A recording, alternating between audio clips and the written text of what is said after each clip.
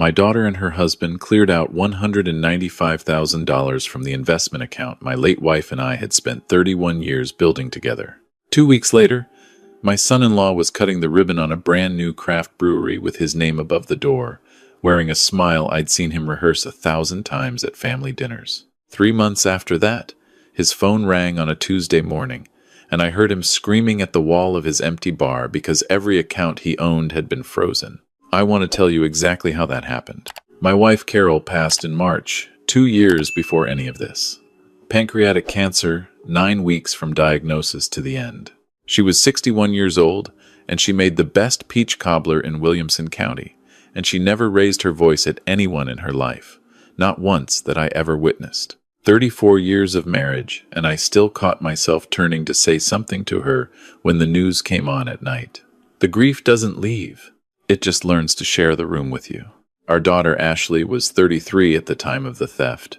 She and her husband Connor had been married 6 years, living in a rental house about 20 minutes from me in Franklin, Tennessee. Connor was the kind of man who talked about his potential more than he worked toward it. He had what I'd call a rotating portfolio of big ideas.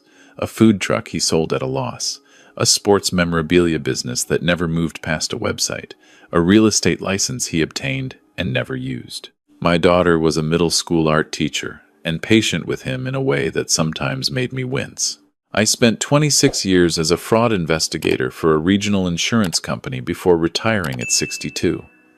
I know how to read a paper trail. I know what financial behavior looks like when someone is hiding something and what it looks like when someone simply doesn't know what they're doing. Connor was many things, but he was not sophisticated. I knew that, which is part of why I never saw it coming from that direction. The investment account held $195,000. Carol and I had built it together during the lean years and the good years both, contributing whatever we could manage.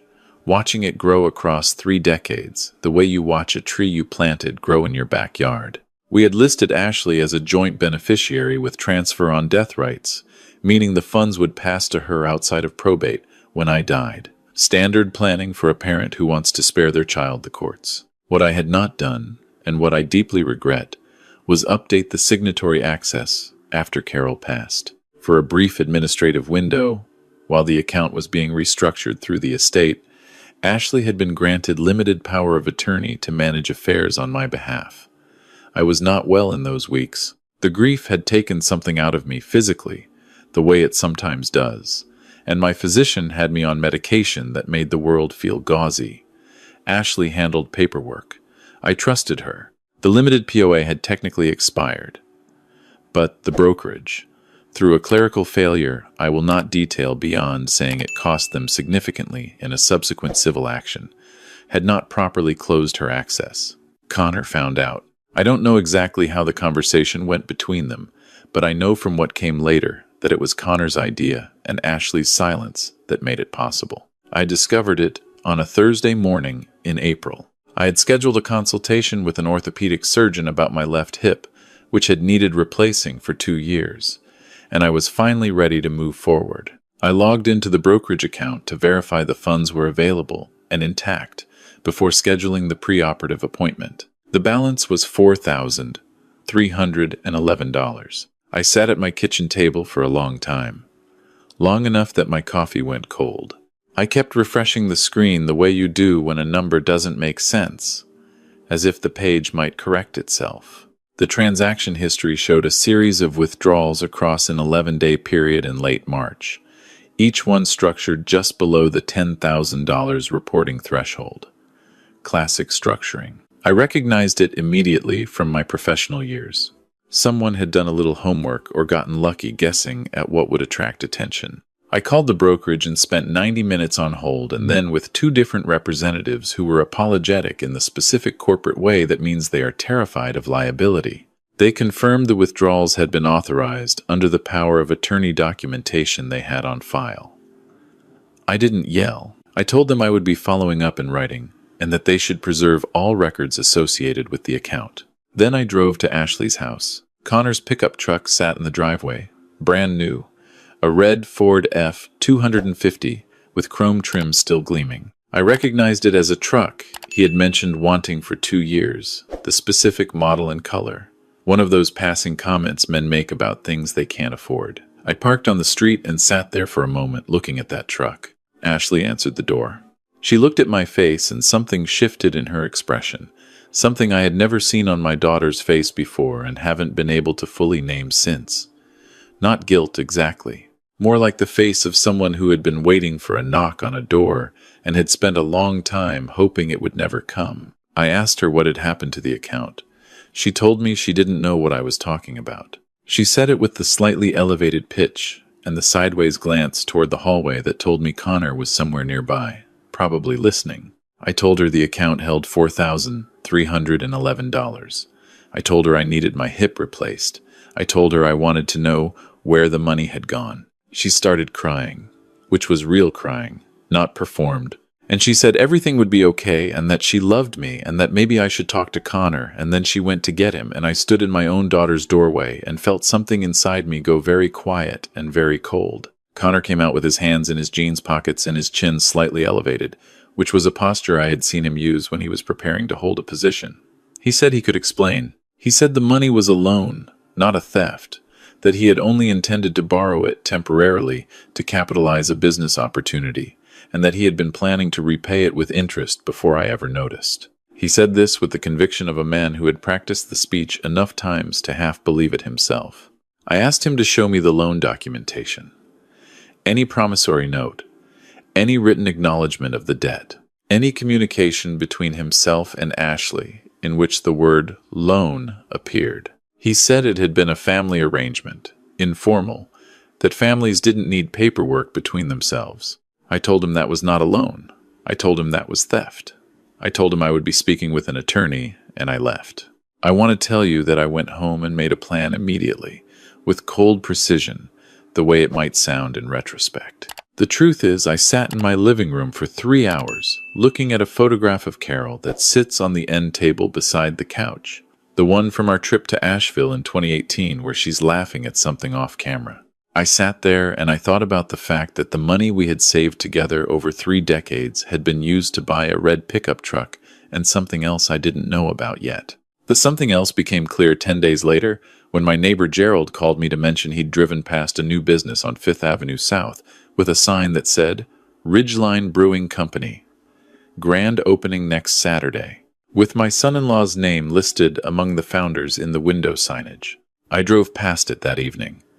A converted warehouse space, maybe 4,000 square feet, with the kind of rustic industrial renovation that costs serious money. New tap handles visible through the front glass, exposed brick, a chalkboard menu, a logo on the door with a mountain ridge silhouette that someone had paid a designer to create. The grand opening banner was already hung. He had opened a brewery with my wife's retirement savings and my hip surgery money, and he had put his name above the door. I went home, and I opened a new document on my laptop, and I typed the date at the top.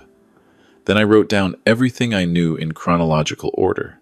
Old professional habit. You begin with facts, only facts, and you build from there. The following Monday, I called Raymond Chu, an attorney who had handled estate matters for me after Carol died. He listened without interrupting, which is a quality I have always appreciated in him. When I finished, he was quiet for a moment, and then he said what I already knew. Civil recovery was possible, but difficult. Criminal prosecution required a level of proof that was going to be hard to establish, given the POA documentation and the family relationship. The brokerage's liability was worth exploring separately. But for what I wanted, which was documentation and options, he recommended I also consult a forensic accountant. Her name was Diane Presley. She worked out of an office in Brentwood, mid-40s, efficient in the way of someone who had spent years watching people try to be clever with numbers and had stopped being surprised by any of it. I laid out everything I had. She opened a spreadsheet and started building a timeline. The $195,000 had been moved in 9 transactions across 11 days. She mapped each one against Connor's known income. His last tax return showed $48,000 in wages from a technology support job. Ashley's teacher salary added another $52,000. Combined household income of $100,000. The brewery renovation, she estimated from photos I had taken through the window and public contractor permit filings, had cost between $140,000 and $180,000. The truck was approximately $68,000 new. Total visible spending in a 60-day window was somewhere between $210,000 and $250,000 against a household with no substantial savings history, no inheritance documentation, no business loan filings on record. Where does $210,000 come from on a $100,000 salary with no assets? She asked. It doesn't, I said. She documented everything in a formal report. $1,800. Worth every dollar. Raymond and Diane together gave me a picture of what I had and what I was missing. I had motive, timeline, opportunity, and a financial profile that made innocent explanation mathematically impossible. What I did not have was something a prosecutor would call proof beyond reasonable doubt. The POA documentation created ambiguity. Ashley could claim she had authorized the transfers. Connor could maintain the loan fiction. Without a confession or a paper trail that explicitly connected the money to criminal intent, the civil route was my most realistic path. But civil court takes time, and I had spent 26 years learning a different kind of patience. I want to tell you about Carol's jewelry before I go further, because it matters to what comes next, and because I owe it to her memory. Carol had a collection of antique jewelry that her grandmother had left her. Pieces that dated back to the 1920s and 1930s. An Art Deco brooch, a set of garnet earrings, a gold filigree bracelet that had belonged to her great-grandmother before that. None of it was enormously valuable in purely monetary terms, maybe $12,000 to $15,000 appraised. But Carol had loved those pieces with the particular love you have for things that carry other people's lives inside them. She kept them in a velvet-lined case on her dresser. When she died, I couldn't move the case. I left it exactly where it sat for 14 months. When I finally went to retrieve it after the account discovery, the case was in Ashley's spare bedroom. I found this when I stopped by unannounced one afternoon under the pretense of picking up some tools I had lent Connor. The case was on the shelf, open and half empty. I stood in that room for a long time. I picked up the garnet earrings, which were still there, and held them in my palm. The brooch was gone. The gold bracelet was gone. Two other pieces I did not immediately identify were missing. I went to Ashley and asked about the jewelry. She said Connor had borrowed a few pieces to have appraised for insurance purposes. She said this without meeting my eyes. I told her those pieces had belonged to her great-great-grandmother and that I wanted them back by the end of the week. They were never returned. I later confirmed through a Nashville-area antique jewelry dealer, using a photograph I had of the brooch from Carol's estate documentation, that a piece matching its description had been sold to a private buyer through a consignment arrangement approximately 6 weeks earlier. The dealer would not give me the buyer's name. He would, however, confirm the transaction had occurred and that the seller had been a man in his early 30s with dark hair. Connor is 35 with dark hair. I added this to my documentation file and said nothing to Ashley or Connor. I want to be precise about something. What I felt was not rage. I have seen rage in my professional life, and I know what it does to people's judgment. What I felt was something quieter and more durable. I thought about Carol's grandmother wearing that brooch to church in 1931.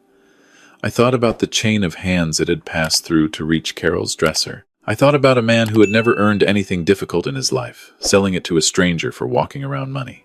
I made myself a cup of coffee, and I went back to my laptop and I kept building the file. Through Raymond, I learned that Connor had registered Ridgeline Brewing Company as an LLC in Tennessee 3 months before the grand opening. He was listed as sole managing member. Ashley was not on the registration. I noted this. A man who excludes his wife from ownership of a business capitalized with stolen money is a man who is already planning his exits.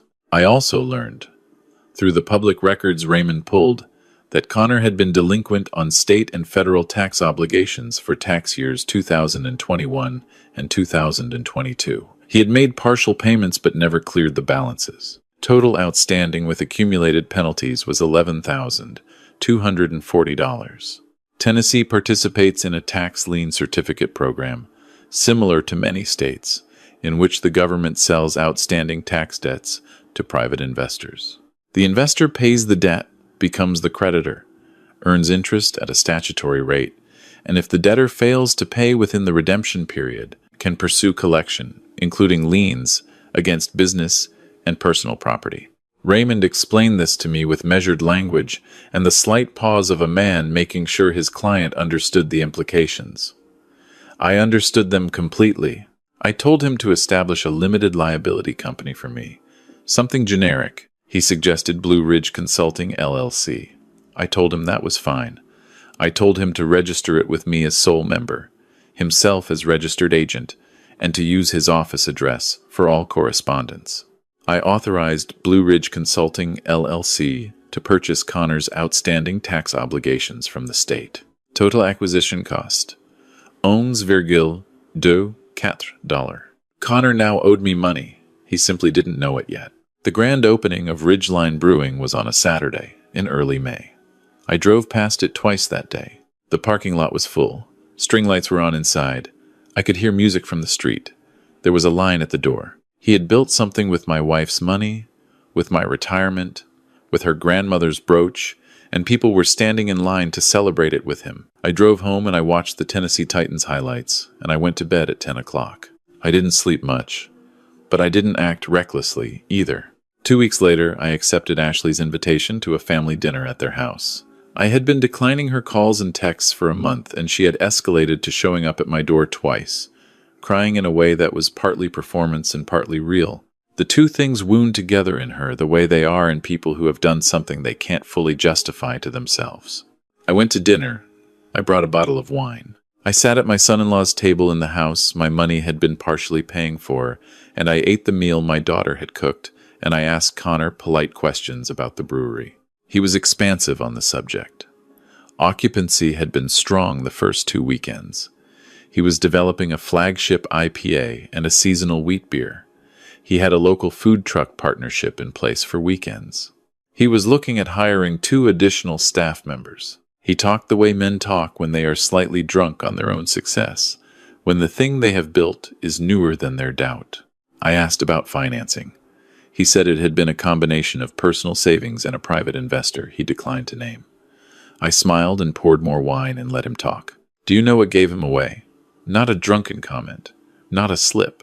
It was something smaller. When I asked about his supplier contracts and mentioned that I knew a bit about small business accounting from my years in insurance investigation, his posture changed.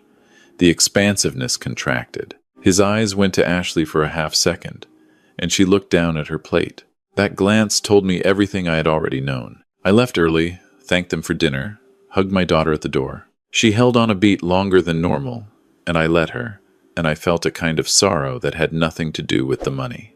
The IRS, Form 3949. A is a citizen's referral for suspected tax fraud.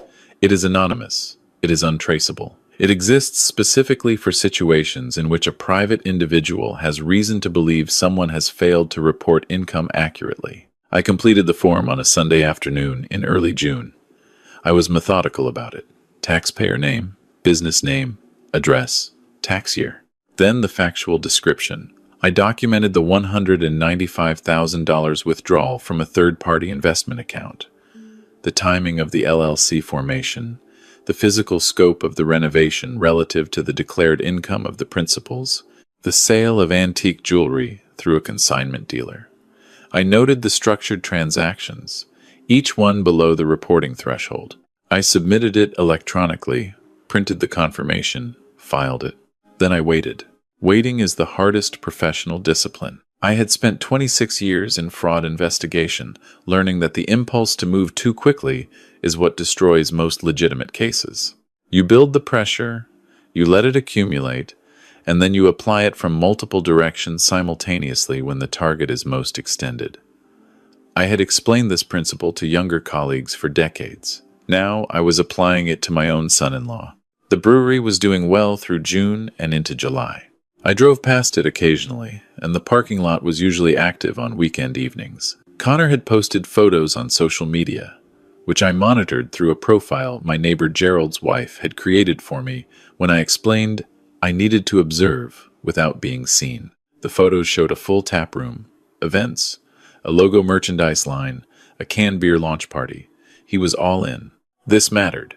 The more he invested in the business, the more he had to lose. In mid-July, Ashley called me on a Thursday evening. Her voice had the specific, tight quality of someone managing panic. I let her talk. She said that Connor had received a letter from the IRS. They were requesting documentation for a series of financial transactions from the previous year, specifically large cash movements and the source of capital for a new business venture. She said Connor was furious and convinced someone had reported him. She said he had already called an attorney. I told her IRS inquiries weren't uncommon for new businesses. I told her I hoped it would resolve quickly. I asked if there was anything I could help with. She said no and thanked me and got off the phone fast. I sat in my study and made a note in my file. Phase 1 active. The IRS process moved at its own pace, which is to say slowly, deliberately, and without concern for anyone's timeline but its own. Raymond had contacts who could occasionally provide general status updates through legitimate channels. In early August, he called me with news. The agency had rejected Connor's explanation for the capital source. He had claimed the startup funding came from personal savings accumulated over several years, but when asked to produce documentation, he had provided bank records that showed no corresponding accumulation. The agent had also flagged the structured withdrawal pattern from the brokerage account, which had appeared in supporting documentation. Raymond had submitted separately on my behalf as part of a parallel civil complaint against the brokerage for failing to properly close the POA access. Connor now faced a potential liability of approximately $38,000, back taxes on the unreported income, penalties, and interest. His business attorney had estimated total exposure at $42,000 when professional fees were included. Raymond also learned, through the attorney network, that Connor had applied for a business line of credit to cover the IRS obligation. 2 banks had declined. His personal credit, already stressed by the truck financing, could not support additional borrowing against a business with less than 6 months of operating history. I told Raymond to have Blue Ridge Consulting send the demand letter. The letter was formal and courteous in the way that legal instruments are when they are carrying something devastating inside the language. It informed Connor that his outstanding tax obligations for 2021 and 2022, now held by Blue Ridge Consulting, LLC, were in arrears and demanded full payment of $12,800, the original debt plus accumulated interest and administrative fees, within 30 days. Failure to remit would initiate collection proceedings, including potential liens against personal and business assets. Raymond sent it certified mail, signature required. Connor signed for it on a Tuesday morning. That evening, Ashley called me, and the panic in her voice had progressed to something that sounded like the edge of real fear. She said someone had bought Connor's old tax debt and was demanding money they didn't have. She said it had to be connected to the IRS situation.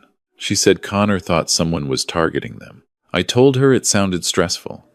I told her tax debts did sometimes get sold to collection entities. I told her Connor should speak to his attorney. She asked if I knew anything about a company called Blue Ridge Consulting. I said the name didn't mean anything to me. After we hung up, I sat in my study in the dark for a while. I want to be honest with you about what I was feeling. It was not pleasure, exactly. It was more like the feeling you get when a very long equation you have been working resolves correctly.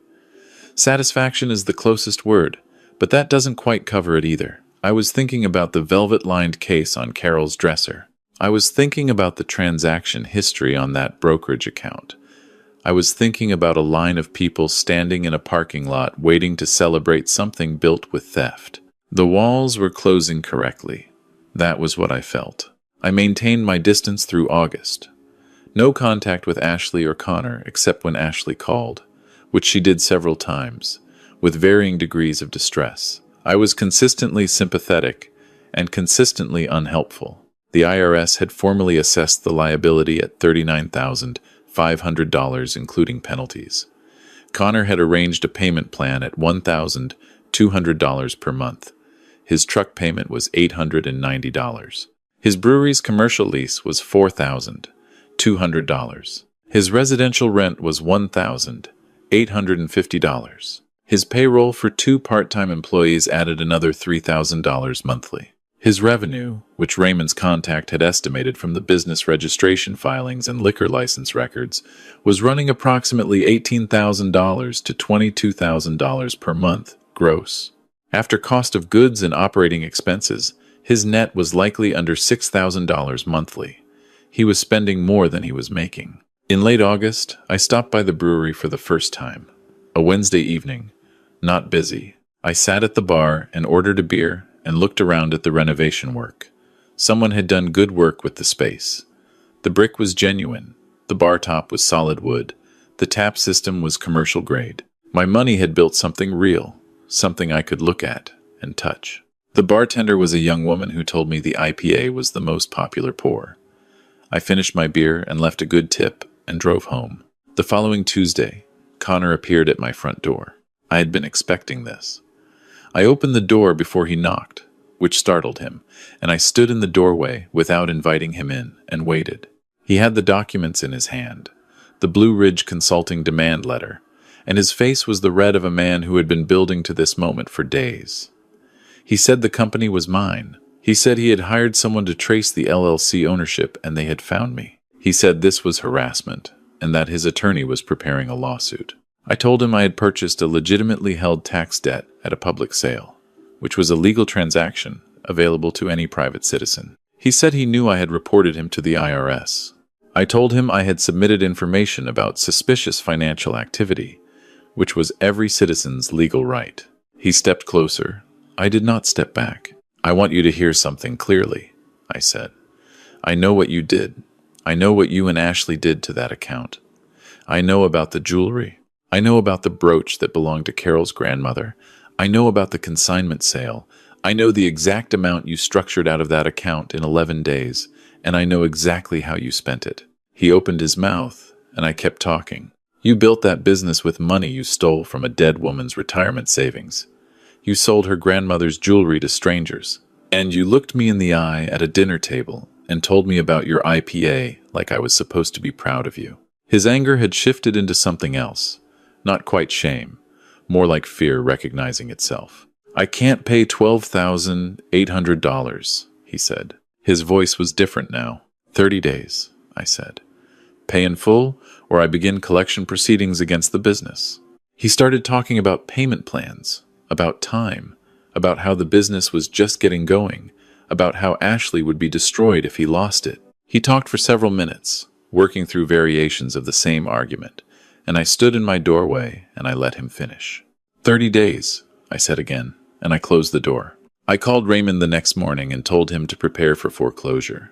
What followed over the next 3 weeks was exactly the kind of frantic, expensive, self-defeating activity I had observed in fraud subjects throughout my career. Connor hired an investigator to document what he believed was a pattern of harassment at a cost of approximately $2,500. The investigator found nothing actionable because there was nothing actionable to find. He consulted a litigation attorney about a civil suit, which the attorney correctly told him had no merit. He applied for a personal loan at 4 different institutions and was declined by all 4. He attempted to refinance the truck and was told he was upside down by approximately $4,000. Ashley called me on a Saturday morning, and for the first time, she was not performing. She was simply afraid. She said she hadn't known all of it. She said she had known Connor was moving money and that she had told herself it was the loan he described and that she had not asked the questions she should have asked because she had wanted the house and the business and the life, and she had chosen not to know. I let her finish. I told her that choosing not to know was a choice. I told her I understood she hadn't been the one to execute it. I told her I also knew she had not called me, had not warned me, had not come to me at any point in those 11 days and told me what was happening. She cried for a while. "Can you please help us?" she said. I told her I could not help Connor. I told her I could not undo what had been done to Carol's things. I told her I could not replace what had been taken from that account or make the IRS stop asking questions. What I can do, I told her, is offer Connor one way out. One time, tell him to call me. Connor called that evening. I made him an offer. I would purchase Ridgeline Brewing Company for the appraised value of its assets, which I estimated at approximately $85,000 for the equipment and lease rights and existing inventory. I would forgive the Blue Ridge Consulting debt. I would not pursue the civil action I had been building against both him and the brokerage. In exchange, he and Ashley would vacate the business immediately, sign over all ownership documents, and he would provide a written acknowledgement of the original debt, not an admission of criminal theft, simply an acknowledgement that $195,000 had been transferred from my account without authorization and had been used for business capitalization. That last document was important to me. I wanted it in writing. He refused. He said $85,000 was a theft. He said the business was worth $200,000. He said I was trying to steal back what was already mine by stealing something new. I told him the 30-day deadline was in 4 days. I told him if he had a better option, he should pursue it. I told him the offer expired at midnight. He didn't call back. The day before the deadline, I received a text from an unknown number that I recognized as a phone he had borrowed from someone else. It said he needed 60 more days to find a buyer for the business. It said Ashley was falling apart. It said I was going to destroy both of them for the sake of money. I thought about Carol's brooch. I thought about 31 years of deposits, of anniversary dinners eaten at home so we could save an extra $100, of the vacations we didn't take, of the years we drove cars until the wheels nearly fell off, because investing in our future mattered more than keeping up with anything or anyone. I did not respond to the text. The deadline passed at midnight with no payment. I called Raymond at 8 the next morning. The collection proceeding against Ridgeline Brewing Company began that day. Raymond filed the necessary documents with the appropriate Tennessee administrative bodies. Blue Ridge Consulting, LLC, as holder of Connor's personal tax lien, which had been personally guaranteed against his business interests at the time of the original debt, had standing to pursue collection against business assets. Connor's attorney filed an objection, which is standard and expected and which costs money to file. The hearing was scheduled for 22 days later. I want to tell you about the morning of that hearing because it is the moment the story turned from something I was doing into something that was simply happening. Consequence following cause the way water runs downhill. I wore a suit. Raymond met me in the courthouse parking lot, and we walked in together. Connor and Ashley were already seated on the other side of the room. Ashley would not look at me. Connor's face had the hollowed-out look of someone who hasn't slept properly in weeks. His attorney argued financial hardship, ongoing business viability, the disproportionate impact of the collection action relative to the original debt amount. He was not a bad attorney. He made the available arguments with competence. Raymond presented the timeline, the documentation, the payment history, the notice record. Everything was in order because everything I had done was legal and documented. The hearing officer approved the collection proceeding. Connor's business assets were subject to immediate lien. If the debt remained unpaid within 15 additional days, forced liquidation could proceed. Connor stood up when the ruling was read, and his attorney put a hand on his arm. I watched my daughter put her face in her hands. 15 days later, with no payment made and no further communication from Connor or his attorney, the liquidation proceeding began. The brewery equipment, lease assignment, inventory, and intellectual property, including the Ridgeline name and logo, which had real value because he had built a recognizable brand, were sold through a court-supervised process. I submitted a bid. The final sale price was $94,000. My bid was $94,000. No other bidders reached that figure. They were getting a business that owed 6 months of deferred lease payments and had an uncertain operating history. I was getting justice and a functional brewery that I had no intention of operating. I leased the space and equipment to a young woman named Carla Deming, who had been working as a head brewer at a larger operation and wanted to go independent. She paid me fair market rate, and we had a handshake on a 5-year term, and she renamed it and rebuilt the concept from the ground up. Last time I drove past it, the parking lot was full. I want to tell you the final accounting because I spent 26 years working with numbers, and I think honesty demands it. The $195,000 was gone. Of that, I recovered $94,000 from the business sale. Less Raymond's fees, less Diane's fees, less the cost of the tax lien acquisition. Net recovery was approximately $79,000. Carol's brooch and the other jewelry pieces were never returned. That loss is not calculable in the way that money is. Connor filed for personal bankruptcy 4 months after the liquidation. Ashley had separated from him before the hearing and filed for divorce in the fall. She called me twice during that period, and I took both calls. I did not make it easy for her, and I did not make it impossible. She is working through what she chose to ignore, and I think that process belongs to her more than it belongs to me. The brokerage settled separately. Raymond built the negligence case around their failure to close the POA access and the structured withdrawal pattern that their compliance systems should have flagged. They paid $110,000 in settlement without admitting liability. That is what that clerical failure cost them.